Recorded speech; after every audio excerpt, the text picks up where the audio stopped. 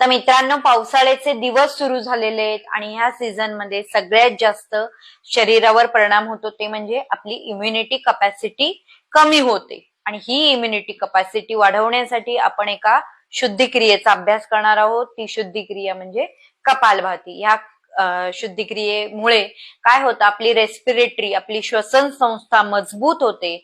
शरीरामधले maximum toxins आपल्या नाकाद्वारे बाहेर पडतात. त्यामुळे आपले नॅसल पॅसेजेस क्लिअर होतात. आपले लंग्सची कपॅसिटी वाढते. शरीरामध्ये छान पद्धतीने रक्त प्रवाह होतो आणि आपली इम्युनिटी वाढते.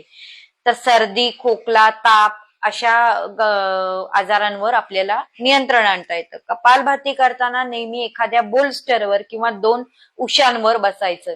अशा पद्धतीने उंच स्थानी बसल्यामुळे आपली स्पाइन इरेक्ट राहते, आपले पोश्चर करेक्ट राहतं. पोश्चर करेक्ट राहिल्यामुळे आपल्याला प्राणायामाचा मॅक्झिमम फायदा घेता येतो. तर दोन्ही हातांना असं कप शेप मध्ये ठेवायचंय, खांदे मागे घ्यायचे, श्वास सोडायचा आहे. श्वास घेण्याकडे लक्ष न देता श्वास सोडायचा आहे आणि पोटाचा धक्का अपवर्ड डिरेक्शनला लावत जोराने श्वास सोडायचा आहे. हार्ट पेशंट, बीपी पेशंटनी या क्रियेचा अभ्यास अतिशय सावकाश पद्धतीने करायचा आहे. स्वस्थ लोकांनी एका मिनिटात कमीत कमी 120 स्ट्रोक लावायचा प्रयत्न करायचा आहे. प्रत्येक क्रियेनंतर ब्रेक घ्यायचा आहे आणि परत पुढचं आवर्तन करायचंय. एक मोठा श्वास घ्या, मोठा श्वास सोडा अँड स्टार्ट कपालभाती.